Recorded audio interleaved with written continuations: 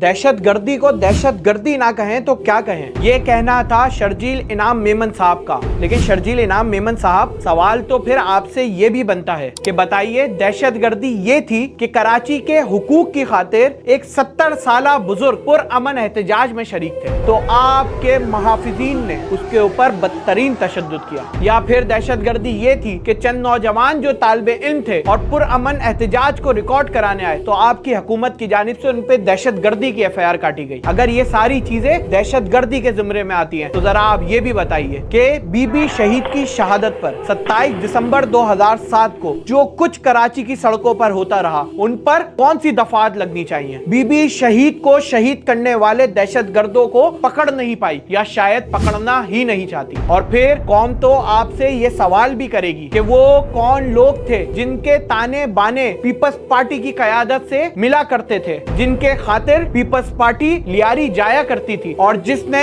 شہر کراچی کے امن کو تباہ و برباد کر دیا؟ اس کا جواب شاید آپ کے پاس 2020 میں بھی نہیں تھا اور شاید آج 2026 میں بھی نہیں ہے۔ چلیں میں آپ کو اور پیچھے لے کے چلتا ہوں، یہ بتائیے کہ الذوالفقار کے نام سے قومی ایئر لائن کو ہائی جیک کرنے والوں پر کون سی دفعات لگتی ہیں؟ کیا وہ دہشت گردی میں نہیں آتی؟ کیا سندھ حکومت کے اوپر اس بنیاد پر دہشت گردی کی دفعات نہیں چلانی چاہیے کہ سندھ حکومت کی غفلت کے باعث کبھی شہر کراچی کا معصوم بچہ گٹر میں گر کے مرتا ہے تو کبھی شہر کراچی کا معصوم شہری ڈمپر کے نیچے آ کے اپنی جان دیتا ہے، اور اگر ان سے بچ بھی جائے تو پھر اپنے گھر کے سامنے اپنی گلی کے اندر راہزنوں کے ہاتھ اپنی جان کھو دیتا ہے۔ تو شرجیل انعام میمن صاحب، دہشت گردی وہ ہے جو آپ کے اداروں نے پاکستان پیپلز پارٹی کی سندھ حکومت کی قیادت میں سندھ اسمبلی کے سامنے 14 فروری کو کی، کہ جب معصوم شہریوں کے اوپر وہ شیل برسائے گئے۔ کتنا بڑا غیر انسانی عمل ہے۔ یا دہشت گردی وہ تھی کہ جب ان معصوم شہریوں کو گرفتار کر کے آپ نے ان کے اوپر دہشت گردی کی دفعات چلائیں، اور وہ معصوم شہری کون تھے؟ تو وہ معصوم شہری اس شہر کے رہنے والے بزرگ، بچے، بوڑھے اور تو اور طالب علم تھے